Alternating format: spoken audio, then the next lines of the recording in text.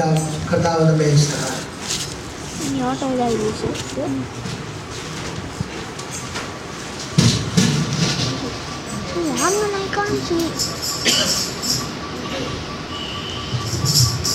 ദൈവനാമത്തിന് മഹത്വം ഉണ്ടായിരിക്കും. വീണ്ടും ദൈവത്തോടുകൂടി ആയിരിക്കുവാൻ വലിയവനായ ദൈവം ഒരിക്കൽ വലിയ ഭാഗ്യത്തിനായി പദവിക്കായി ഞാൻ ദൈവത്തെ സ്തുതിക്കുന്നു. ഞാൻ ഒത്തിരി സന്തോഷിക്കുന്ന ഒരു കാര്യം എന്ന് വെച്ചാൽ, ഞാൻ പോകുമ്പോൾ എൻ്റെ അമ്മയെ നോക്കാൻ നിങ്ങളുള്ളതൊക്കെ ഞാൻ ദൈവത്തെ സ്തുതിക്കും. മത്സരമൊക്കെ ഓർത്ത് ഞാൻ ദൈവത്തെ സ്തുതിക്കുന്നു. പാസ്റ്ററെ ഓർത്ത് ദൈവത്തെ സ്തുതിക്കുന്നു. പല വേദനകളൊക്കെ മനസ്സിലും ഹൃദയത്തിലും ഉണ്ടെങ്കിലും അത് എത്രത്തോളം കരുതുവാൻ ദൈവം ഒരുക്കിയല്ലോ, അതോർത്ത് ഞാൻ ദൈവത്തെ സ്തുതിക്കുന്നു. എഴുന്നേറ്റ് നടക്കത്തില്ലെന്ന് പറഞ്ഞ സ്ഥാനത്ത് കർത്താവ് നിലനിർത്തിയ വലിയ കൃപയ്ക്കായി ദൈവത്തെ സ്തുതിക്കുന്നു. കുഞ്ഞാണ്ടിയപ്പച്ചനെ ഓർക്കുമ്പോൾ ഞാൻ ദൈവത്തെ സ്തുതിക്കുന്നു. കാരണം ആ മനുഷ്യൻ ഒരു നാണക്കേട് കൂടാതെ ദേശത്ത് വിതച്ച വിത്തുകളൊക്കെ ഇന്ന് ഫലം കണ്ടുകൊണ്ടിരിക്കുകയാണ്. ഇങ്ങനെയുള്ള ആൾക്കാർക്ക് കർത്താവിൽ ചേരുമ്പോൾ നമുക്ക് ഭാരപ്പെടാൻ ആവശ്യമില്ല. എന്നാൽ ഇതുപോലെ വിശ്വാസം നിൽക്കുന്ന ആൾക്കാർ സഭകളിൽ കുറയുന്നു ഓർക്കുമ്പോഴുള്ള സങ്കടം വലുതാണ്. അതോർത്ത് ദൈവമക്കൾ പ്രാർത്ഥിക്കണം. കാരണം എണ്ണത്തിൽ ഒത്തിരി പെരുപ്പമില്ലെങ്കിലും ഉള്ളവർ ആത്മാവിൽ സ്ട്രോങ് ആയിരിക്കും. അതോർത്ത് നിങ്ങളുടെ ഹൃദയം ഭാരപ്പെടണം, നിങ്ങൾ വിഷമിക്കണം, അതനുസരിച്ച് ദൈവത്തിൻ്റെ ഇരിക്കണം. കാരണം കൊയ്ത്ത് വളരെ ഉണ്ട്. എന്താ കൊയ്ത്ത്? ആത്മാവിൽ ശക്തിപ്പെട്ട അനേകരെ കാണുവാൻ കർത്താവ് ഇനിയും ഭാഗ്യം തരട്ടെ ഞാൻ ദൈവത്തെ സ്തുതിക്കുകയാണ്. Praise God. ഫാസ്റ്റ് പറഞ്ഞൊരു കാര്യം എനിക്ക് ഭയങ്കര സന്തോഷമുണ്ടാക്കി, കുരങ്ങൻ്റെ കാര്യം. Praise God. കാരണം ഒരു സ്റ്റാൻഡേർഡിന് അപ്പുറം പോയാൽ പ്രൈസ് ഗോഡ് കുരങ്ങൻ്റെ പരിപാടി എന്താ? ചാടി ചാടി ചാടി നിൽക്കും. Praise God. അവന് വെറുതെ ഇരിക്കാൻ പറ്റത്തില്ല. പിന്നെ ഒരു കാര്യമുണ്ട്, ഒന്നിന് ഒരു കമ്പെ പിടി കിട്ടാതെ മറ്റേ കമ്പ് വിടത്തുമില്ല. Praise God. അപ്പോൾ മേപ്പോട്ട് നമ്മൾ കയറി പോകണമെങ്കിൽ താഴത്തേക്ക് വിടാതെ മേളത്തെ പിടിക്കാൻ നോക്കത്തില്ല. എന്നാൽ ഞാൻ താഴത്തേക്ക് വിടത്തില്ല, മേളിൽ തന്നെ പിടിക്കുന്നു പറഞ്ഞാൽ കയറ്റം നടക്കത്തില്ല. Praise God. അതുകൊണ്ട് താഴത്തേക്ക് വിട്ട് അടുത്ത ലെവലിലോട്ട് ദൈവജനം പൊക്കോണ്ടിരിക്കണം. അവൻ പെട്ടെന്ന് ഒരു വാക്യത്തിലേക്ക് ഞാൻ കടക്കുവാൻ ആഗ്രഹിക്കുന്നു. ഉൽപ്പത്തി പുസ്തകം 1-ാം അധ്യായം 26-27 വാക്യം ഒരാൾക്ക് ശബ്ദം ഉയർത്തി വായിക്കാം.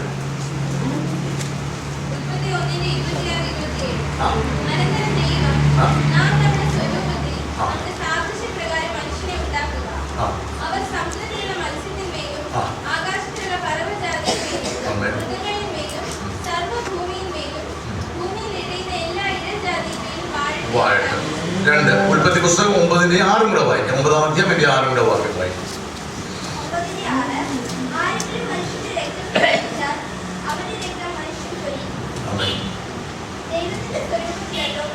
ദൈവത്തിന്റെ സ്വരൂപത്തിലല്ലോ മനുഷ്യനെ ഉണ്ടാക്കിയത്. Praise God. പഴയ നിയമത്തിലെ ദൈവത്തിന് ഒരു സ്വഭാവം, പുതിയ നിയമത്തിലെ ദൈവത്തിന് മറ്റൊരു സ്വഭാവം അല്ല. ദൈവം അനന്യൻ തന്നെ. അവൻ ഒരേ സ്വഭാവം അന്നും ഇന്നും സൂക്ഷിക്കുന്ന ദൈവമാണ്. കാര്യം ഉൽപ്പത്തി പുസ്തകത്തിൽ ഏത് ദൈവത്തെ നാം കാണുന്നത്? സ്വന്തം സ്വരൂപത്തിൽ മനുഷ്യനെ സൃഷ്ടിച്ചതായ ദൈവം. അതായത് സ്വന്തമായ സ്വരൂപം ഞാൻ നിർമ്മിക്കുന്നതായ എൻ്റെ മനുഷ്യന്, അല്ലെങ്കിൽ ഞാൻ ഉളവാക്കുന്ന ഈ മനുഷ്യന് അതേ സ്വഭാവം ഉണ്ടാകണമെന്ന് ദൈവം ആഗ്രഹിക്കുന്നു. സ്വന്തം സാദൃശ്യത്തിലും, ഒന്ന് പറഞ്ഞ സ്വരൂപത്തിലും, ഒന്ന് പറഞ്ഞ സ്വന്തം സാദൃശ്യത്തിലും സ്വരൂപത്തിലും. പുതിയ നിയമത്തിലും ഈ കർത്താവ് ഒട്ടും വ്യത്യസ്തനല്ല. അവൻ സ്വരൂപത്തിലും സാദൃശ്യത്തിലുമായി തീരാനാ ദൈവം നമ്മെ കുറിച്ച് ആഗ്രഹിക്കുന്നത്. അത് മനസ്സിലാകണമെങ്കിൽ റോമാരുടെ ലേഖനം 8-ാം അധ്യായം അതിൽ 28-29 വാക്യങ്ങൾ വായിക്കാം. റോമാലേഖനം 8-ാം അധ്യായം 28-29 വാക്യങ്ങൾ.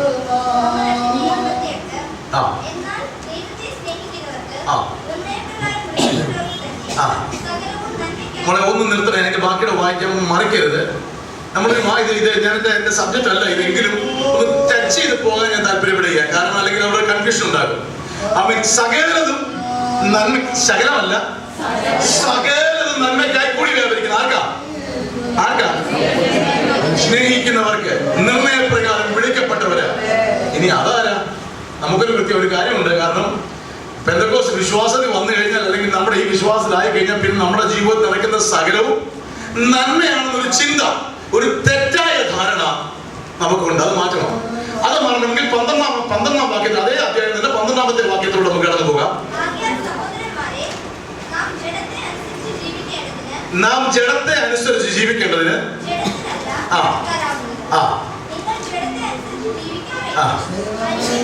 നിങ്ങൾ ചിലപ്പോ മരിച്ചേക്കാമെന്നല്ല, നിങ്ങൾ ജഡത്തെ അനുസരിച്ച് ജീവിച്ചാൽ മരിക്കും നിശ്ചയം. നിശ്ചയം നിശ്ചയം നിശ്ചയം, ഒരു സംശയമില്ല. എക്സാമ്പിൾ പറഞ്ഞ രാവിലെ പള്ളിയിൽ പോകുന്ന ഒരു ചെറിയ തലവേദന വരെയോ, ഇന്ന് പോകുന്നില്ല, ഒന്ന് കിടന്നേക്കാം, നിശ്ചയമായിട്ടും മരണം നിന്റെ കൂടെ ഉണ്ട്. ഹല്ലേലൂയ. എന്നാ തിരുവഴുത്തിനകത്തോട്ട് നോക്കിക്കഴിയുമ്പോൾ യെശയ്യാ 53 ചെല്ലുമ്പോ പറയും, ഞങ്ങൾ എഴുതിയത് ആർ വിശ്വസിക്കും, ഞങ്ങൾ കേൾപ്പിച്ചത് ആർ കേൾക്കും. ഹല്ലേലൂയ. അപ്പോൾ വരുമ്പോ കാണാം, അവന്റെ അടിപ്പിണരുകളാൽ നമുക്ക് സൗഖ്യം വരുമെന്നല്ല വന്നിരിക്കുന്നു. വരുമ്പോ ഇതല്ല, അവൻ ആത്മാവിനല്ല പറയുന്നത്, ഇത് ജഡത്തിന്റെ ചിന്തയാണ്. എനിക്ക് മരിക്കാൻ താല്പര്യമില്ല. ആത്മാവ് പറയുന്നു ജീവിക്കും, ജീവൻ പ്രാപിക്കും. തുടർന്ന്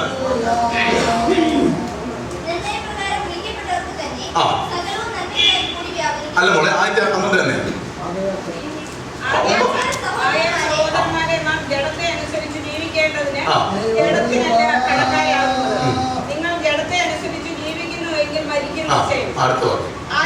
ശരീരത്തിന്റെ പ്രവൃത്തികളെ മരിപ്പിക്കുന്നു എങ്കിലോ നിങ്ങൾ ജീവിക്കും.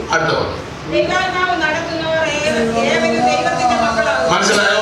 ദൈവാത്മാവിനാൽ നടത്തപ്പെടുന്ന വ്യക്തികൾക്കാണ് താഴെ പറഞ്ഞിരിക്കുന്ന വാക്യം പറഞ്ഞിരിക്കുന്നത്. നിങ്ങൾക്ക് മനസ്സിലായില്ല, നിങ്ങൾക്ക് മനസ്സിലായില്ല. അവൻ ദൈവാത്മാവിനാൽ മാത്രം നടത്തപ്പെടുന്ന ദൈവവൈദ്യനെ സംബന്ധിച്ച് പറയുന്നു, അവന്റെ ജീവിതത്തിൽ സംഭവിക്കുന്നതെല്ലാം നന്മയ്ക്കായി കൂടി വ്യാപരിക്കും. എന്നാൽ ആത്മാവിൽ നടത്തപ്പെടാതെ ജഡത്തെ അനുസരിച്ച് ജീവിക്കുന്ന ഒറ്റ ഒരെണ്ണത്തിന് അവൻ ജീവിതത്തിൽ സംഭവിക്കുന്ന നന്മയ്ക്കാണെന്ന് പറയരുത്. മനസ്സിലാവുന്നതോ? പലതിന്റെ കണ്ണ് കുരുടാക്കി വെച്ചിരിക്കുന്നതിന്റെ കാരണം അവൻ ദൈവജനത്തിന് ജയമുണ്ട്. അവൻ അറിയുന്നവർക്കായി ദൈവത്തെ സ്തുതിക്കുന്നത്. പറഞ്ഞതുകൊണ്ട് ഞാൻ മാറ്റി പറഞ്ഞതേ ഉള്ളൂ. അവൻ അടുത്ത ലാസ്റ്റ് വായിച്ച വാക്യത്തിന്റെ തുടർച്ചയായിട്ട് വായിച്ചാണ് സ്വരൂപത്തിലോട്ട് തിരിച്ചു വരാം.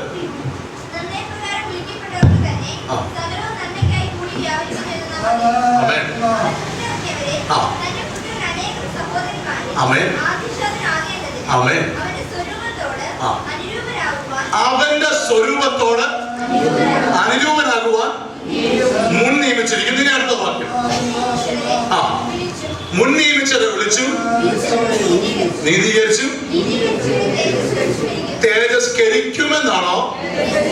Praise God. അവരെ തേജസ്കരിച്ചുകൊണ്ടിരിക്കുക. എത്ര പേര് ഇന്ന് തേജസ്കരിച്ചിട്ടുണ്ട്? അവർ മാത്രം ദൈവത്തെ സ്തുതിച്ചാട്ടെ.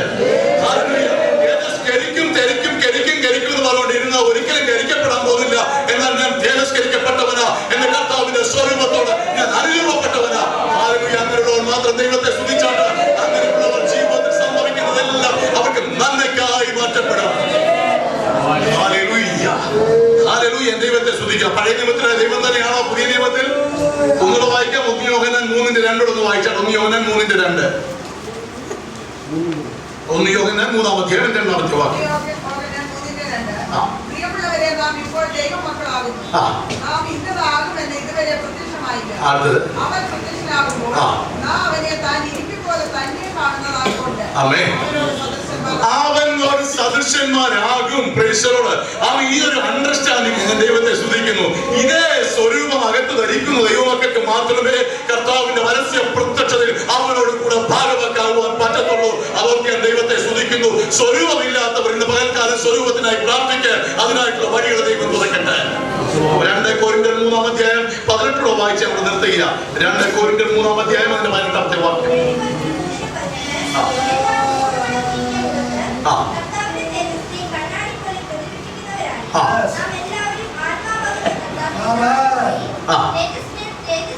തേജസ്സിന്മേൽ തേജസ് പ്രാപിച്ച് അതേ പ്രതിമയായി മന്ത്രപ്പെടുന്നു. ആമീൻ. ആമീൻ. കോശിച്ചാൽ ഞാൻ കാണുന്ന കോശാനല്ല, ദൈവത്തെ കാണുന്നവനെ ദൈവത്തെ സ്തുതിക്കുകയാണ്. അതിന്റെ സ്വരൂപത്തിലോട്ട് മടങ്ങി ആമീൻ. എന്താ സ്വരൂപത്തിന് സംഭവിച്ചതെന്ന് അവൻ പറയാൻ പോകുന്നത്. അതുകൊണ്ട് വീണ്ടും കിടക്കുന്നത് 2 വാക്യം കൂടെ. എഫേസ്യ ലേഖനം 4-ാം അധ്യായം 24. ഒരാൾ കൊലോസ്യർ 3:10.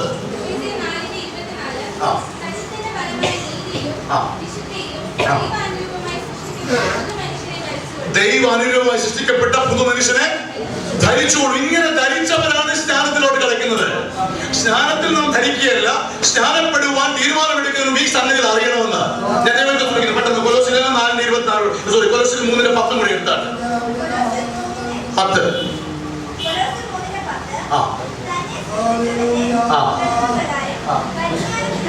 പരിജ്ഞാനത്തിനായി പുതുക്കം പ്രാപിക്കുന്ന പുരുഷ മനുഷ്യനെ ധരിച്ചുകൊള്ളുക.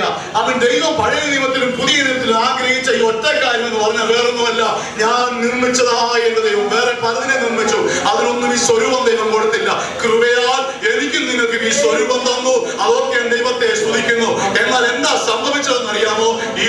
സ്വരൂപത്തിന് ദൈവം ആഗ്രഹിക്കുന്ന ഒരു കാര്യമുണ്ട്. അവൻ ഈ സ്വരൂപം അവൻ ദൈവം സകല മനുഷ്യരും സ്വരൂപത്തിലായി തീരുവാൻ ദൈവം ആഗ്രഹിച്ചു. അങ്ങനെ ആദാമിനെ സൃഷ്ടിച്ചു.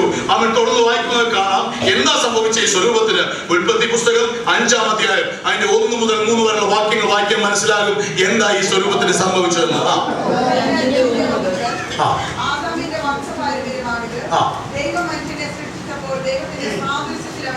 ദൈവത്തിന്റെ സാദൃശ്യത്തിൽ അവനെ ഉണ്ടാക്കി.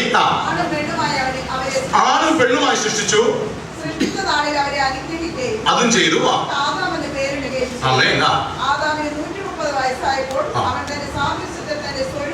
വിടല്ലേ ആ വാക്യം എനിക്ക് വേണ്ടി ഇവിടെ ആ വാക്യം ഒന്നുകൂടെ ശ്രദ്ധിച്ച് കേൾക്കണേ. ഇത് നിങ്ങളുടെ ജീവിതത്തെ രൂപാന്തരപ്പെടുത്തുന്ന ദൈവത്തെ സ്തുതിക്കുന്നു. വെറുതെ വായിച്ചു വിടല്ലേ. ആ വാക്യം ഒന്നുകൂടെ വായിച്ചേ. ദൈവം അവന്റെ സ്വരൂപത്തിൽ മനുഷ്യനെ സൃഷ്ടിച്ചപ്പോൾ മനുഷ്യൻ എന്താ ചെയ്തത്? അവൻ മനുഷ്യന്റെ സ്വരൂപത്തിൽ മനുഷ്യനെ സൃഷ്ടിപ്പാനിടയായി. അവിടെ വെച്ചാ തെറ്റിപ്പോയത്. വായിച്ചാട്ടെ.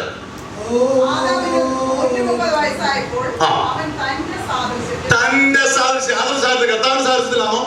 ആരുടെ സാദൃശ്യത്തില? ആദമിന്റെ സാദൃശ്യത്തിൽ മനുഷ്യനെ സൃഷ്ടിപ്പാനിടയായി. വായിച്ചോ. ഓ ദൈവത്തിന് സ്തോത്രം. ദൈവത്തെ സ്തുതിക്കുന്ന അവന്റെ സ്വരം. ദൈവം എന്തോ ആഗ്രഹിച്ചേ? ദൈവത്തിന്റെ മനുഷ്യൻ എന്തോ ചെയ്തേ? ഇത് എങ്ങനെ വന്നതാണെന്നറിയാമോ? ഒരു കോട്ടം ഉണ്ടായിരുന്നു, ഒരു ഫെൻസിങ് ഉണ്ടായിരുന്നു. ഇന്നും ഉണ്ട്. അതിന്റെ ബാക്കി പത്രം ഇറാഖിലെ. Praise God. ദൈവത്തെ സ്തുതിക്കുന്നു. അവനൊരു ഫെൻസിങ് ഉണ്ടായിരുന്നു. അവൻ ഇതിനകത്ത് നിന്നാൽ ഒരു ഗുണമുണ്ട്. അവനൊരു തോട്ടം ഉണ്ടായിരുന്നു. ദൈവത്തോട് എപ്പോഴും സംസാരിക്കാമായിരുന്നു. ദൈവത്തിന്റെ ശബ്ദം അവന് കേൾക്കാമായിരുന്നു. ഇന്ന് കേൾക്കുന്ന ദൈവമക്കളെ ഓർക്കെ ദൈവത്തെ സ്തുതിക്കുകയാണ്. രാത്രിയല്ല പകലെന്നറിയാത്ത വെളിച്ചമുള്ള തോട്ടം അവന് സ്വന്തമായി ഉണ്ടായിരുന്നു. ഒന്നിനും അവന് പുറത്തു പോകാൻ വന്നില്ല. അവൻ മറ്റുള്ള ഒന്നിനും അകത്തോട് കടക്കുവാൻ ദൈവം അനുവദിച്ചില്ല. അവനൊരു ബൗണ്ടറി ഉണ്ടാക്കി ദൈവം കൊടുത്തു. Praise God. ഈ ബൗണ്ടറി കണ്ടിട്ട് ഇതിനെ പൊളിക്കുവാൻ ഒക്കെ വേണം ഒരുവനെ അയച്ചു. എന്നാൽ ഞാൻ ദൈവത്തെ സ്തുതിക്കുന്നു. അവിടെ വെച്ച് എന്താ സംഭവിച്ചത്? എല്ലാവരും പ്രസംഗിക്കുമ്പോൾ ഒരു കാര്യം പറയും, ദൈവ തേജസ് നഷ്ടപ്പെട്ടു പോയി എന്ന്. ഞാൻ അങ്ങനെ വിശ്വസിക്കുന്നില്ല. Praise God. അതാ എന്റെ പ്രസംഗത്തിന്റെ വ്യത്യാസം. അതാ പലരും പറയാറുണ്ട് വിവാദ പ്രസംഗങ്ങൾ പ്രസംഗിക്കരുന്നു. വിവാദമല്ല, അറിയുന്ന സത്യം നിങ്ങൾ അറിഞ്ഞിരിക്കണം. ദൈവത്തെ സ്തുതിക്കുകയാണ്. ദൈവ തേജസ് പൂർണ്ണമായി നഷ്ടപ്പെട്ടു എന്ന് ഞാൻ വിശ്വസിക്കുന്നില്ല. കാരണം അങ്ങനെ നഷ്ടപ്പെട്ടുവെങ്കിൽ 40 വർഷം മരുഭൂമിയിൽ ഇട്ടാവട്ടം വഴിച്ച ഇസ്രായേൽ ജനത്തിന്റെ കൂടെ ദൈവത്തിന്റെ സാന്നിധ്യം ഉണ്ടായിരുന്നോ ഇല്ല? നിങ്ങൾ പറ. എന്റെ ദൈവം മനുഷ്യൻ ചിന്തിക്കുന്നത് പോലെ അല്ല ചിന്തിക്കുന്നത്. അവന്റെ ചിന്താഗതികൾ വ്യത്യസ്തമാണ്. അവനെ അറിയുന്നവർക്കായി ഞാൻ ദൈവത്തെ സ്തുതിക്കുന്നു. അവന്റെ സ്വഭാവത്തെ സ്വയം സ്വഭാവമായി മാറ്റുന്ന ദൈവമക്കളെ ഓർത്ത് ഞാൻ ദൈവത്തെ സ്തുതിക്കുന്നു. അവർക്ക് ദാഹിച്ചപ്പോൾ വെള്ളമായി അവന്റെ കൂടെ ഇരുന്നു. ആ തേജസ് അവരുടെ കൂടെ നടന്നു. രാത്രിയിൽ അവൻ ഇവർ നടന്നുകൊണ്ടിരിക്കുമ്പോ അവൻ അവർക്ക് തൂണായി എന്തുണ്ടായിരുന്നു?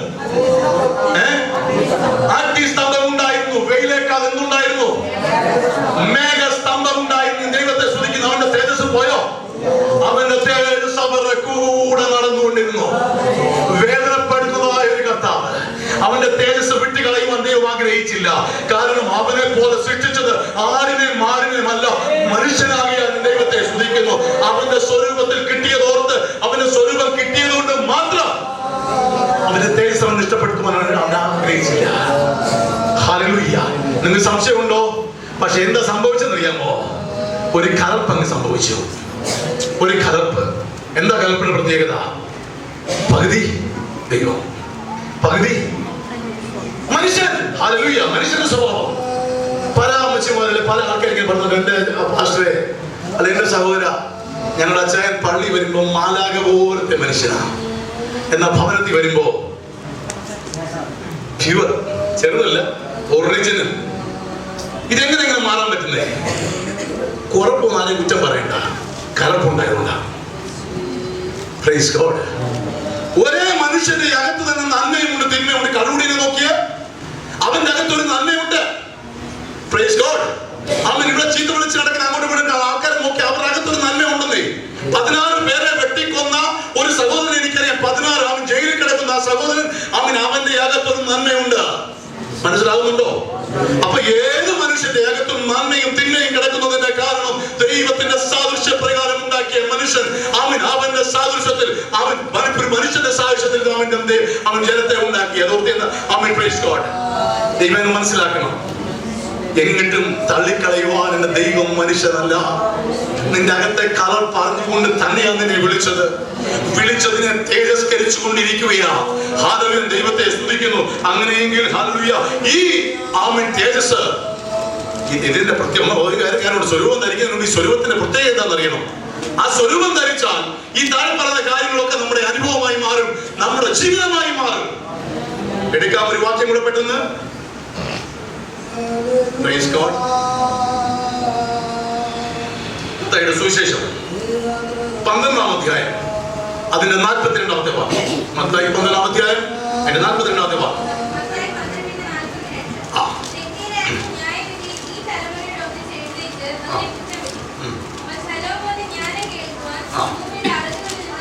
ശ്രദ്ധിക്കേ, ശലോമോന്റെ ജ്ഞാനം. വായിച്ചത് ഇവിടെ ഇതാ ശലോമോനിലും വലിയവൻ. ശലോമോന്റെ പ്രത്യേകത എന്താ? ഒരു ജനത്തെ പരിപാലിക്കേണ്ടതിനായി പരിപാലന വരം ചോദിച്ചു, പരിജ്ഞാനം ചോദിച്ചു. ജ്ഞാനം എല്ലായിടത്തും കിട്ടും. ഏത് വഴിക്കോളയിൽ പോയാലും അവൻ ഏത് ഡിഗ്രി എടുത്താലും നിനക്ക് ജ്ഞാനം ലഭിക്കും. എന്നാൽ പരിജ്ഞാനം ലഭിക്കണമെങ്കിൽ അത് ദൈവത്തിൽ മാത്രമേ പ്രാപിക്കുകയുള്ളൂ. ഈ പരിജ്ഞാനത്തിന്റെ പ്രത്യേകത ഞാൻ ഒറ്റയടിക്കെന്ന് പറയാം. അവൻ വചനം എടുക്കുവാൻ സമയമില്ലാത്തത് കൊണ്ട് ഈ പരിജ്ഞാനം എന്താണെന്ന് ഞാൻ പറയാം. അത് കൊലോസ്യ ലേഖനം 1:24 ആരെടുക്കണം ഞാനതെന്ന് പറയാം. അത് പൂർവ്വകാലങ്ങൾക്കും തലമുറകൾക്കും മറഞ്ഞു കിടന്ന മർമ്മമെങ്കിലും ഇപ്പോൾ തന്നെ വിശുദ്ധന്മാർക്ക് വെളിപ്പെട്ടിരിക്കുന്നു. ആ മർമ്മം മഹത്വത്തിന്റെ പ്രത്യാശയായ ക്രിസ്തു കർത്താവ് എന്റെ അകത്തിരിക്കുന്നെന്ന്. അവൻ സ്വർഗത്തിൽ പോയി ഉറങ്ങുന്ന ദൈവമല്ലെന്ന്. അവൻ ബിനോയുടെ അകത്ത് വസിക്കുകയാ, അത് പാസ്റ്ററിന്റെ അകത്ത് വസിക്കുകയാ, അത് ഇവിടെ ഇരിക്കുന്ന ഓരോന്നിന്റെ അകത്ത് വസിക്കുകയാ. ഹല്ലേലൂയ, മനസ്സിലാകുന്നുണ്ടോ? അവന്റെ സ്വരൂപം മടക്കി ലഭിച്ചവർക്കായി ദൈവത്തെ സ്തുതിക്കുന്നു. ആത്മാവിൽ തന്റെ ജീവിതത്തെ മുന്നോട്ട് നയിക്കുന്ന ദൈവമക്കൾക്കായി ദൈവത്തെ സ്തുതിക്കുന്നു. അല്ലാത്തവരുടെ മോങ്ങി ഞരങ്ങിയിരിക്കത്തേ ഉള്ളൂ. കർത്താവിന്റെ പരസ്യ പ്രത്യക്ഷത എടുക്കപ്പെടാമെന്നുള്ള വ്യാമോഹം വേണ്ട. ഹല്ലേലൂയ, ഈ പരിജ്ഞാനം ശലോമോൻ ചോദിച്ചു. ലോകത്തിലെ ഏത് രാജാക്കന്മാരെക്കാട്ടിലും വലിയ ജ്ഞാനവും പരിജ്ഞാനവും വിജ്ഞാനവും ആർക്ക് കൊടുത്തു? അത് മാത്രമാണ് ശലോമോൻ കൊടുത്തത്. പിന്നെന്തോ കൊടുത്തു? എല്ലാം കൊടുത്തു. എന്നതാ ഇവിടെ നിൽക്കുന്നു അവരിലും വലിയവൻ. ശലോമോനും വലിയവനാണെന്ന്. നിങ്ങൾക്ക് മനസ്സിലാകുന്ന ഈ ഇരിപ്പിന് പോലെ ദൈവത്തെ സ്തുതിക്കുകയാ. ശലോമോനെക്കാട്ടിൽ വലിയവൻ്റെതായ പരിജ്ഞാനവും ബുദ്ധിയും ഈ സ്വരൂപം ധരിച്ച് അതിന്റെ അകത്ത് വരുമെന്ന് പലരും ചോദിക്കുന്ന ഒരു കാര്യമുണ്ട്. പലരോട് ചോദിക്കുന്നത്, നീ ഇതിന്റെ ചെറുപ്പകാലത്തൊക്കെ നീ വെറും മണ്ടനായിരുന്നല്ലോ, ഇപ്പൊ എന്താ പറ്റി? ഇതാ പരിജ്ഞാനത്തിന്റെ പ്രത്യേകത. ഇതാ ഈ സ്വരൂപം ധരിച്ചാലുള്ള പ്രത്യേകത. അടുത്ത വാക്യം കൂടെ പെട്ടെന്ന് വായിച്ചാൽ സമയം വളരെ വളരെ കുറവായിരുന്നു. ദൈവത്തെ അവൻ മുന്നോട്ട് പോവുകയാണ്. മത്തായി 12-ാം അധ്യായം 1 മുതലുള്ള വാക്യം. മത്തായി 12:1 മുതൽ 8 വരെ.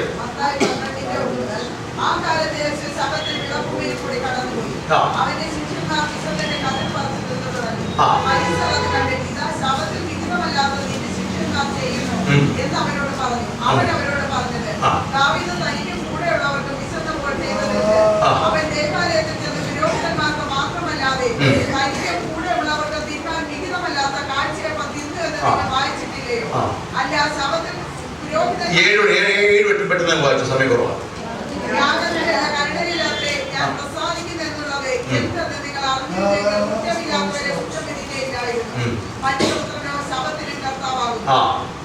അവൻ മന്ദിരത്തേക്കാൾ വലിയവരെന്ന് വാക്യമുണ്ട്. മനുഷ്യപുത്രനോ ശബത്തിനും കർത്താവിന്റെ ഒരു ചെറിയ കാര്യം പറഞ്ഞിട്ട് മുമ്പോട്ട് പോകാൻ പറ്റത്തുള്ളൂ. കാരണം യഹൂദന്മാരുടെ ഏറ്റവും വലിയ സംഭവമാണ് ഈ ശബത്ത് എന്ന് പറയുന്നത്. അവൻ ആ വിളഭൂമിയിൽ, ആ സമയത്ത് വിളഭൂമിയിൽ നിന്ന് ആരെങ്കിലും പറിച്ചു കഴിച്ച് അവനെ അന്നേരെ കച്ചവടം കഴിക്കും. എന്നാൽ യേശു അവരെ കുറ്റം വിധിച്ചില്ല. കാരണം മനുഷ്യന്റെ നീതിയല്ല കർത്താവിന്റെ നീതി. ഞാൻ പറഞ്ഞു മനസ്സിലാണ്ടോ? എല്ലാ പാപവും എല്ലാവർക്കും പാവമല്ലെന്ന്. മനസ്സിലായില്ല. എല്ലാ പാപവും അവൻ എല്ലാവർക്കും പാവമല്ലെന്ന് ഞാൻ ദൈവത്തെ സ്തുതിക്കുകയാണ്. ഇതൊക്കെ പറഞ്ഞ് നിങ്ങൾ അതുകൊണ്ട് കുറച്ച് സംശയങ്ങൾ കയറും. അതുകൊണ്ട് ഞാൻ പെട്ടെന്നായി നിൽക്കാതെ തന്നെ അടുത്ത വഴിയോട് ഞാൻ പോവുകയാണ്. അവൻ അടുത്തൊരു വാക്യത്തിനകത്ത് ഒരു കാര്യങ്ങൾ.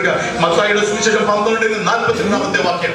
മത്തായി 12:42. ഓരോന്നും നിർത്തി എക്സ്പ്ലെയിൻ ചെയ്യാൻ സമയം വളരെ കുറവായി മുമ്പോട്ട് പോവുക. മത്തായി 12:42. പക്ഷെ ഒന്ന് ചോദിക്കാൻ ടൈം ആവും. 12:41.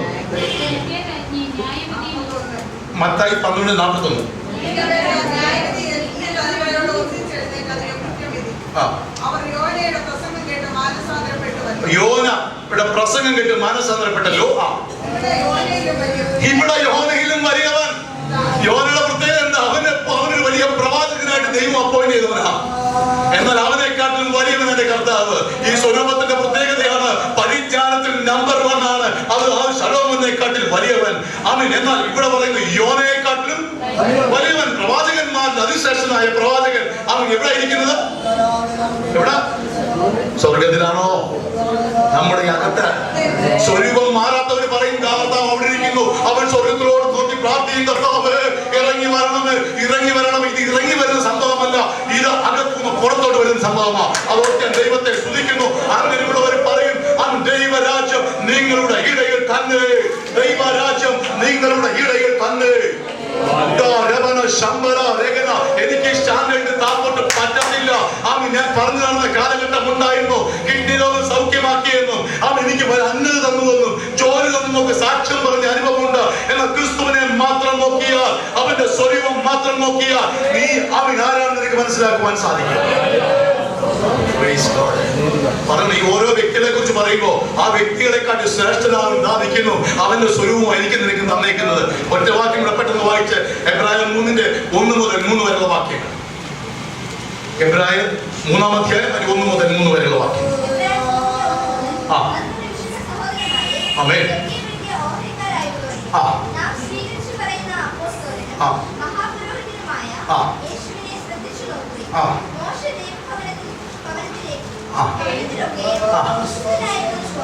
അവൻ വിശ്വസ്തനായിരുന്നു.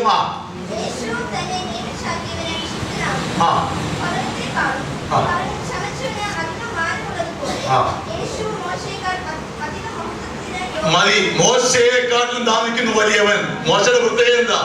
അവൻ സൗന്ദര്യത്തിൽ ഒന്നാമതായിരുന്നു. അതുകൊണ്ടല്ലേ ഞാങ്ങണപ്പെട്ടിക്കകത്ത് കിടന്നപ്പോ തിളങ്ങുന്ന കുഞ്ഞിനെ എടുത്തോണ്ട് പോയത്.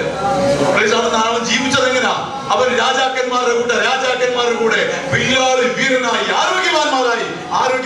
മോശ എവിടെയെങ്കിലും പനി പിടിച്ച്, നിങ്ങൾ ശ്രദ്ധിക്കണേ, ഒന്ന് ശ്രദ്ധിക്കണേ, 10 ദിവസം പനി പിടിച്ച് കിടന്നു, സഭയിൽ വന്ന് പ്രാർത്ഥിക്കണം, ആരെങ്കിലും വന്നോ? രോഗം വന്നിട്ട് മാറുന്നതല്ല ദൈവമക്കളുടെ പ്രത്യേകത. രോഗം വരാതെ ആരോഗ്യവാന്മാരായി ഈ ഭൂമിയിൽ ജീവിപ്പാൻ ദൈവം ഒരുക്കി തന്ന കൃപയ്ക്കായി ഞാൻ ദൈവത്തെ സ്തുതിക്കുകയാണ്.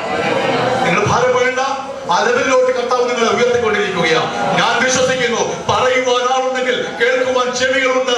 അനുഭവിക്കും. ഇന്നലെ രാത്രികാലം ഭവനത്തിൽ ഞാൻ കയറി ചെന്നു. രാത്രി യാദൃച്ഛികമായി കയറിയതാ.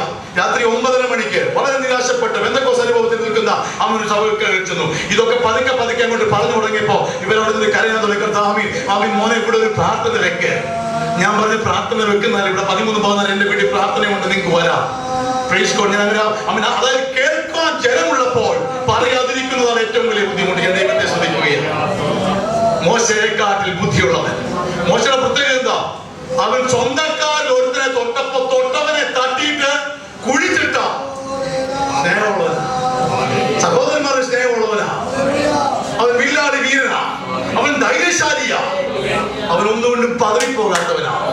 ഇതിനെക്കാട്ടിൽ വലിയവൻ ധാർമ്മിക്കുന്നു. എനിക്ക് അവനെ മാത്രമേ പ്രസംഗിക്കാൻ അറിയത്തുള്ളൂ. അവന്റെ പേരാണ് കർത്താവായ യേശു ക്രിസ്തു. അവന്റെ പേരാണ് കർത്താവായ യേശു ക്രിസ്തു. അവന്റെ പേരാണ് കർത്താവായ യേശു ക്രിസ്തു. ഈ സ്വരൂപം ധരിച്ചാൽ അടുത്ത പ്രത്യേകത, 24 മണിക്കൂറും ഈ വചനത്തിൽ നിലനിൽപ്പാനിടയാണ്. ഹല്ലേലൂയ. എനിക്കൊരു സിനിമ കഥ പറയാൻ അറിയത്തില്ല ഇപ്പോ. ഹല്ലേലൂയ. ഒരു 2 പേരെ സംസാരം തുടങ്ങി ഞാൻ എന്തുകൊണ്ട് എന്ന് വന്നു ചോദിച്ചാൽ അടുത്ത സബ്ജക്ട് ഇതേ ഉള്ളൂ. മറ്റൊന്നിനകത്ത് നമുക്ക് സാറ്റിസ്ഫാക്ഷൻ ഇല്ലെന്നേ. കാര്യം കർത്താവിന് വേണ്ടി ഷാണ്ടന്മാരാക്കിയ ഷണ്ടന്മാരുടെ കൂട്ടമാണ് നമ്മുടെ. സന്തോഷത്തോടെ പറ, ഇപ്പോൾ ആയിരിക്കുന്ന ഈ അവസ്ഥ മാറട്ടെ. അടുത്ത ലെവലിലേക്ക് ജനം കടന്നു വരട്ടെ. ഞാൻ ദൈവത്തെ സ്തുതിക്കുകയാണ്. ഒരുപാട് കാര്യങ്ങൾ പറയാനുണ്ട്. എന്നാൽ ഇവിടെ കൊണ്ട് ഞാൻ നിർത്തുന്നില്ല, ഒരല്പം കൂടെ പറഞ്ഞ് നിർത്തിയ. കാരണം ഈ സ്വരൂപം നഷ്ടപ്പെട്ടു പോയാൽ നമ്മുടെ സ്വരൂപത്തിന്റെ പാർശ്വലായി. ഒരു എക്സാമ്പിൾ വന്നു കഴിഞ്ഞാൽ, വീട്ടില് നമ്മൾ കുഞ്ഞുങ്ങൾക്ക് പാലെടുത്ത് വെക്കുമല്ലോ, പാലും മോരും ഒക്കെ നമുക്ക് കഴിക്കാൻ എടുക്കുമല്ലോ.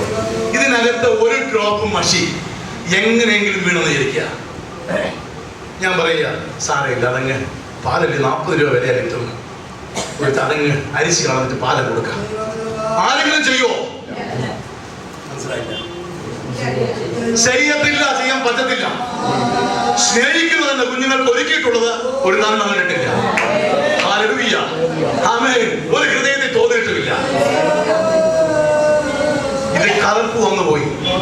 ഇനി ഇതിനെന്തോ ചെയ്യാൻ പറ്റും? ശുദ്ധീകരിക്കാൻ പറ്റുമോ? ഇത് കളയാന്നല്ല ഞാൻ പറയുന്നത്, തകർത്ത് കളയുക. പുറത്ത് കൊണ്ടുപോയി തകർത്ത് കളയുക. നമുക്ക് നോക്കാം, ഈ കലർപ്പ് തകർന്നു നമുക്ക് നോക്കാം. യെഹെസ്കേൽ പ്രവചനത്തോട് വന്നിട്ട് ഡാനിയേൽ പ്രവചനം 2-ാം അധ്യായം അതിന്റെ 31 മുതൽ 34 ഉള്ള വാക്യങ്ങൾ വായിക്കാം.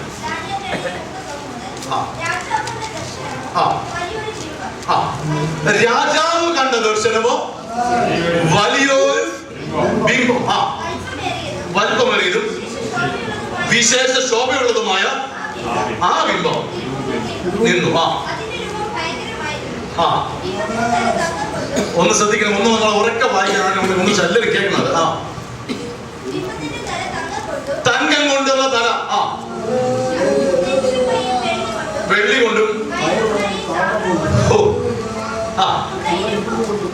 മതി, കണ്ടാൽ ആളറിയിക്കാത്ത രൂപം കിടക്കുകയാണ്. ഹല്ലേലൂയ. എനിക്ക് നിന്റെ സ്വരൂപം മടക്കി തരുവാൻ വായി കൊണ്ടിട്ടല്ലേ മോളെ. ഹല്ലേലൂയ. ഇതിന്റെ മനം മനസ്സിലാക്കണമേ. തലയിരുമ്പ് കൊണ്ട് അവൻ കാല് മറ്റു പല മനുഷ്യനാണോ? അതല്ല. മൃഗത്തിന്റെ രൂപമാണോ? അതല്ല. അങ്ങനെ ഒരുവൻ അത് തൂങ്ങിക്കിടക്കുകയാണ്. അടുത്ത വാക്യം വായിക്കുമ്പോൾ അത് നിങ്ങൾക്ക് മനസ്സിലാകും. കാൽ പാതി ഇരുമ്പ് കൊണ്ടും കളിമണ്ണും കൊണ്ടുവരുന്നു. തിരുമനസ് നോക്കിക്കൊണ്ടിരിക്കുമ്പോ ഇനി കേൾക്കാതെ പോലെ ഞാനോടൊന്ന് ഏറ്റു പറയാം. കൈ തൊടാതെ, മനുഷ്യന്റെ കരം സ്പർശിക്കാതെ ഒരു കല്ല് പറഞ്ഞു വന്ന് ബിംബത്തെ ഇരുമ്പ് കൊണ്ട് കളിമണ്ണ് കൊണ്ട് ഉണ്ടാക്കിയ ഈ രൂപത്തെ അവർ തകർത്തി കളഞ്ഞെന്ന്. ഈ തകർത്തി കളഞ്ഞ രൂപം ഏതാണെന്ന് ആർക്കെങ്കിലും പറയാമോ? അവര് മാത്രം ദൈവത്തെ സ്തുതിച്ചാട്ട് അത് എന്നെ വിടുവിച്ച, എന്റെ കുടുംബത്തെ വിടുവിച്ച, എന്റെ സഭയ്ക്കകത്ത് അവൻ ഞാനും ആയിരിക്കുന്ന അവസ്ഥയിലെത്തിച്ച എന്റെ കർത്താവായ യേശു ക്രിസ്തുവിന്റെ അവൻ അതിശക്തിയേറിയ രൂപമാകിയാൽ ഞാൻ ദൈവത്തെ സ്തുതിക്കുകയാണ്. അവൻ ക്രൂശിന്മേൽ ചെയ്ത് എന്തെന്ന് അറിയാമെങ്കിൽ നമ്മുടെ സാക്ഷ്യങ്ങൾ മാറും. അവൻ ക്രൂശിന്മേൽ എന്ത് ചെയ്തു എന്നറിഞ്ഞാൽ നമ്മുടെ പ്രാർത്ഥനകൾ മാറും, നമ്മുടെ ആരാധനയ്ക്ക് വ്യത്യാസം വരും. അതുകൊണ്ട് ഞാൻ ദൈവത്തെ സ്തുതിക്കുകയാണ്. വചനം കൂടാതെ എന്റെ കർത്താവ് ആരോട് സംസാരിച്ചിട്ടില്ല. ഇനി വേറൊരു കാര്യമാണ്, നിങ്ങൾ ചിരിക്കും. എന്റെ കർത്താവിന്റെ സ്വരൂപത്തിന്റെ അടുത്ത പ്രത്യേകത, അവൻ ഏറ്റവും സൗമ്യനാണ്. അവന്റെ സൗമ്യത ഒന്നും എക്സാമ്പിൾ ഞാൻ പറയാം. പതാരം കൊടുക്കുകയും എല്ലായ്പ്പോഴും ഉപവാസവും പ്രാർത്ഥനയും ഒക്കെ നോക്കി നോയമ്പ് നോക്കുന്ന യഹൂദ ജനം തന്റെ സ്വന്തം ജനത്തെ നോക്കിക്കൊണ്ട് വെള്ളമേറ്റ ശവക്കല്ലറ എന്ന് വിളിക്കുന്ന സമാധാനം. മനസ്സിലാകുന്നുണ്ടോ? അവന്റെ സൗമ്യത അറിയണം കേട്ടോ. അവൻ സൗമ്യതയോടെ സംസാരിച്ചത് ജനഹാമി പുറത്തുള്ളവരോടാ. അകത്തുള്ളവർ ഏത് വൃത്തികേട് കണ്ടാലും, അല്ലെങ്കിൽ ദൈവ വൃത്തികേട് ഞാൻ പറഞ്ഞത് ദൈവവചനത്തിന് അനുരൂപമല്ലാത്ത ഒരു സംസാരത്തിന് മുമ്പ് അവന് കീഴ്പ്പെടത്തില്ല. അവൻ വചനത്തിന് അനുരൂപപ്പെടാത്ത ഒരൊറ്റ അന്യഭാഷയ്ക്ക് അല്ലെങ്കിൽ ബോഡി ലാംഗ്വേജിന് അവൻ വിട്ടുകൊടുക്കത്തില്ല. അവിടെ നിന്ന് അവൻ സംസാരിക്കും. ഇത് ഇന്നു മുതലേ തുടങ്ങിയല്ല, 12 വയസ്സ് തൊട്ട് തുടങ്ങിയതാ. അവന് പരിശീലനം നോട്ടമില്ല, സെൻട്രൽ പാസ്റ്റർ നോട്ടമില്ല, അവൻ സഭ ഏതെന്നവൻ നോട്ടമില്ല, അവൻ ആരാൻ നോട്ടമില്ല. കാരണം ആരാണെങ്കിലും ദൈവവചനമാകുന്ന ഒറിജിനൽ വചനം ഇറങ്ങി വരുമ്പോ ഈ വചനത്തിന് വിരുദ്ധമായി ഒരുവൻ സംസാരിച്ചാൽ അതിനെതിരെ ശബ്ദമുയർത്തുന്നതായ അവന്റെ സൗമ്യത. അതുപോലെ മുമ്പൊരുത്തം നമ്മൾ ചെയ്ത സർപ്പസന്തതികളെ വരുവാനുള്ള പാപത്തെ വിട്ടൊഴിഞ്ഞു പോകുവാൻ നിനക്ക് ന്യായോപദേശം കഴിഞ്ഞോ? ഇല്ല. നാട് മൊത്തം രാജാവ് എന്ന് വിട്ട് കുമ്പിട്ട് നിൽക്കുന്ന രാജാവ് ആ കുറുക്കനോട് പോയി പറയാൻ, ഇതാ എന്റെ കർത്താവിന്റെ സൗമ്യത കേട്ടോ, തെറ്റിദ്ധരിച്ച് പോകരുത്. എന്നാൽ പാവൻ ഇതുമായിട്ട് യാതൊരു ബന്ധവുമില്ലാത്ത പുറത്ത് കിടക്കുന്ന ഭർത്തിയുമായി വിളിച്ചു, അല്ലയോ ദാവീദ് പുത്രാ യേശുവേ എന്നോട് കരുണോമേ. അവിടെ നിന്നു അവൻ സംസാരിച്ചു. അവന്റെ ഭാഷയ്ക്ക് വ്യത്യാസമുണ്ടായി. രക്തസ്രാവക്കാരിയായ സ്ത്രീ ഒരുവൻ അവൻ ഇടയ്ക്കൂടെ ഒന്ന് തൊട്ടു നോക്കി. അവൾ ചുമ്മാ ഒന്നും തൊട്ടതല്ല, അറിഞ്ഞുകൊണ്ട് തൊട്ടതാ. അവൾ വിളിച്ചെന്താ, കർത്താവേ ഇത് അറിഞ്ഞു വിളിക്കണം എന്ന് പറയുന്നത് വേറൊരു സബ്ജക്റ്റ്. അറിഞ്ഞ ദൈവത്തെ വിളിക്കുന്നു, അറിയാതെ വിളിക്കുന്ന വ്യത്യാസമുണ്ട് കേട്ടോ. അറിയാതെ വിളിച്ചാൽ വിടുതലില്ല. നമുക്കറിയാം നമ്മുടെ കാര്യമല്ല, പുറത്തുള്ളവരുടെ കാര്യമാണ്. കൃത്യമായി അറിഞ്ഞ് എന്താ അറിഞ്ഞത്? ദാവീദ് ഗോത്രത്തിൽ പിറന്ന ഒരു സിംഹന്താ വരുന്നു, അവന്റെ പേരാണ് യേശു ക്രിസ്തു. ഞാൻ അവനെ വിളിച്ചാൽ എനിക്ക് സൗഖ്യം വരും. അവിടെ കർത്താവ് നിന്നു. അവന്റെ ഭാഷയ്ക്ക് വ്യത്യാസം വന്നു. മറ്റ് പലയിടങ്ങളിൽ അവൻ യെരൂശലേം ദേവാലയത്തിൽ ചെന്നിട്ട് അവന്റെ സൗമ്യത അവൻ ഒരിക്കലും അവന്റെ സൗമ്യത അവൻ പ്രത്യക്ഷപ്പെടുത്തി. മനസ്സിലാകുന്നുണ്ടോ? യെരൂശലേം ദേവാലയത്തിന്റെ എന്റെ പൊന്നു സ്ഥലം ഒന്ന് മാറി, ഞാൻ ഈ ഡോർ ഡെസ്ക് ഒന്ന് മറിച്ചിട്ടോട്ടെ. നിങ്ങൾ ഉദ്ദേശിക്കുന്ന സൗന്ദര്യം ഇതാണെങ്കിൽ ഇതല്ല എന്റെ കർത്താവ്. ഒന്നും നോക്കാതെ സീൻ എന്ന് പറയും ഇംഗ്ലീഷിൽ പറഞ്ഞ അവന്റെ ദൈവത്തിന്റെ തേജസ് അവന്റെ മേൽ കത്തിക്കൊണ്ടിരുന്നു. ആ സ്വരൂപം അവന്റെ മേൽ 100% വ്യാപരിച്ചുകൊണ്ടിരുന്നു. അതിന് വിരുദ്ധമായി യെരൂശലേം ദേവാലയത്തിലും അവൻ ഏത് കുടുംബത്തിലും ഏത് സഭയിലും കണ്ടാലും അവനതിന് മറിച്ചു കളയുവാൻ ഉള്ള കൃപ ദൈവത്തിന്റെ ദാനമായി ദൈവത്തെ സ്തുതിക്കുക. ഈ സാദൃശ്യം പറയപ്പെട്ട ദൈവത്തിന്റെ മക്കള് അവന്റെ പുനരുദ്ധാനത്തിൽ അവന്റെ പ്രത്യക്ഷതയിൽ അവനോടുകൂടെ ചേരും. ഇല്ലാത്ത ഇവിടെ കൈകൊണ്ടിരിക്കും. 100% ആത്മാവിൽ ഇന്ന് രാത്രികാലമായോ കർത്താവിന്റെ വരവിൽ നിനക്ക് പ്രത്യക്ഷപ്പെടാം. ആമേൻ. വചനം പറയുന്നു, നീ ശിശുവായിരിക്കുന്നിടത്തോളം ദാസനെക്കാട്ടൊട്ടും നിനക്ക് വിശേഷതയില്ല. ആമേൻ. ഹല്ലേലൂയ. ശിശുക്കളെ ആരും വിവാഹം കഴിക്കാറില്ല. ആമേൻ. മെച്ചൂരിറ്റി പ്രാപിച്ച ദൈവമക്കളെ ഓർത്ത് ദൈവത്തെ സ്തുതിക്കുന്നു. അവന്റെ പരസ്യപ്രത്യക്ഷതയിൽ നമുക്ക് ഒരുമിച്ച് അവനെ എഴുന്നേൽപ്പാൻ നാം രൂപാന്തരപ്പെട്ട് അവൻ നമ്മിൽ വ്യാപരിക്കുന്ന നിത്യ തേജസ്സിന്റെ കനമോർത്താൽ നമ്മിൽ വ്യാപരിക്കുവാനുള്ള നിത്യ തേജസ്സിന്റെ കനമോർത്താൽ ഈ ലോകത്തിലെ കഷ്ടം സാരം നമുക്ക് പ്രശ്നങ്ങൾ ഇല്ലാഞ്ഞിട്ടില്ല. പ്രശ്നം എനിക്ക് നിനക്കും ഫീൽ ചെയ്യത്തില്ല. കാരണം ഒരാളോട് ചോദിച്ചു, അപ്പൊ ഈ ദൈവരാജ്യം തന്നെ ഏറ്റവും ലൈഫ് സംസാരിക്കുമ്പോ കഷ്ടതയുണ്ടോ? ഇവിടെ കുഞ്ഞെ കഷ്ടതയുണ്ടോ? നല്ല ചോദ്യം. അത് നിന്നെ അഫക്ട് ചെയ്യുന്നുള്ളതാ ചോദ്യം. രണ്ടും കൂട്ടിയാൽ 4 കഴിഞ്ഞ പ്രാവശ്യം ഞാൻ പറഞ്ഞതാ. അതൊരു പ്രശ്നമാണ്, ഒരു പ്രോബ്ലമാണ്. എന്നാൽ എന്നെ നിങ്ങളെ സംബന്ധിച്ച പ്രോബ്ലം അല്ല. കാരണം നമ്മൾ അറിയാതെ വിടുതലുകൾ ദൈവം പകർന്നുകൊണ്ടിരിക്കും. എനിക്ക് നിനക്കും ഫീൽ ചെയ്യത്തില്ല. ദൈവത്തെ ശ്രദ്ധിക്കുക. ഈ സ്റ്റാൻഡേർഡ് താപ്പോട്ട് പോകല്ലേ. ഒരു പനി വരുമ്പോ അച്ഛാൻ നിലവിളിക്കല്ലേ. എത്രത്തോളം ഞാൻ പറയാം. ആദ്യം ഡയബറ്റിക് നമുക്ക് മരുന്ന് കഴിക്കുന്നത് എനിക്കറിയാം. ആദ്യം ഒരു 5 mg കൊടുക്കും. പറയാൻ മനസ്സിലുണ്ടോ? 5 mg കൊടുക്കും. അതുകൊണ്ട് മാറുന്നു നോക്കും. ഇല്ലെന്ത് ചെയ്യും? അടുത്തത് കൊടുക്കും, 10 കൊടുക്കും. എന്തുവാ? മരുന്നിന്റെ അളവ് കൂടുക. നമ്മുടെ മരുന്ന് ഏതാ? ദൈവത്തിന്റെ വചനമാണ്. 5 അധ്യായം വായിച്ചിട്ട് വിടുതലില്ലെങ്കിൽ 10 ആക്കിക്കണം. ഹല്ലേലൂയ. ആരും വചനം പറഞ്ഞു 24 മണിക്കൂർ ന്യായപ്രമാണത്തിൽ രാപ്പകൽ ധ്യാനിക്കുന്ന മനുഷ്യൻ മാത്രം. അവിടെ വേറെ മിസ്റ്റേക്ക് ഉണ്ട് കേട്ടോ. രാപ്പകൽ അങ്ങനെയല്ല എഴുതിയേക്കുന്നത്. രാപ്പകൽ ധ്യാനിക്കുന്നവൻ അല്ല. എടുത്ത് വെച്ച് വായിച്ചോളൂ. നമുക്ക് വായിച്ചോളൂ. രാപ്പകൽ ധ്യാനിച്ച് അതിൽ യഹോവയുടെ ന്യായപ്രമാണത്തിൽ സന്തോഷിച്ച് അവന്റെ ന്യായപ്രമാണത്തിൽ രാപ്പകൽ ധ്യാനിക്കുന്നവൻ ഭാഗ്യവൻ. വാക്യം തന്നെ കിട്ടും. 5-10 അധ്യായം വായിക്കാം, നീ ഭാഗ്യവനാകത്തില്ല. ഇത് വായിക്കുമ്പോ ഇതിനകത്ത് സന്തോഷം കത്തണം. അതായത് ദൈവവചനം വിളിച്ചു പറയുമ്പോ ഇത് പേഴ്സണലൈസ് ചെയ്യണം. ഇത് എഴുതി എന്ത് ചെയ്യാം? വചനം പറയുന്നു, നിന്നെ കാക്കേണ്ടതിന് അവന്റെ ദൂതന്മാരോട് കൽപ്പിച്ചിരിക്കുന്നു. ഈ വചനം കൊണ്ട് ഇന്നുള്ള നിലവറി മാറും പകുതി. Praise God. അവന്റെ സ്വരൂപത്തിൽ എന്നെ പണിഞ്ഞു എന്നുള്ള ബോധം നിന്റെ അകത്ത് വന്നിട്ടുണ്ടെങ്കിൽ ഇന്നുള്ള പല മധ്യസ്ഥ പ്രാർത്ഥനകളും ഇവിടെ പുഷ്ടപ്പെടും. കാരണം നമ്മെ വിളിച്ചാക്കിയിരിക്കുന്നത് ഒരു പ്രത്യേക അനുഭവമല്ല, അവൻ പ്രത്യേകമായ ശ്രേഷ്ഠമായ ഒരു അനുഭവത്തിലേക്കാണ്. വിശുദ്ധന്മാരൊക്കെ മരിച്ചു വാങ്ങി നാം ഈ ലോകത്തിൽ നിന്ന് മാറ്റപ്പെടുമ്പോ നമ്മൾ പറയാറുണ്ട്, എന്തുവാ? Promoted to glory. ഞാൻ പറയത്തില്ല, കാരണം അവൻ ആൾറെഡി ഗ്ലോറിയിൽ ആയിരുന്നെങ്കിൽ ഇവൻ ഗ്ലോറി ടു ഗ്ലോറി. അവൻ ജീവനിലേക്ക് കടക്കുകയാണ്. അതിന് മരണം എന്നൊരു വൃത്തികെട്ട പേര് കൊടുക്കരുന്ന ദൈവമക്കളെ ദൈവത്തെ സ്തുതിക്കുക. ഈ വചനങ്ങളാൽ ദൈവം നിങ്ങളെ അനുഗ്രഹിക്കട്ടെ. അല്പമെങ്കിലും ചലനം ഹൃദയത്തിൽ ഉണ്ടാക്കിയവർ അവൻ അവർക്കായി ദൈവത്തെ സ്തുതിക്കുന്നു. ദൈവം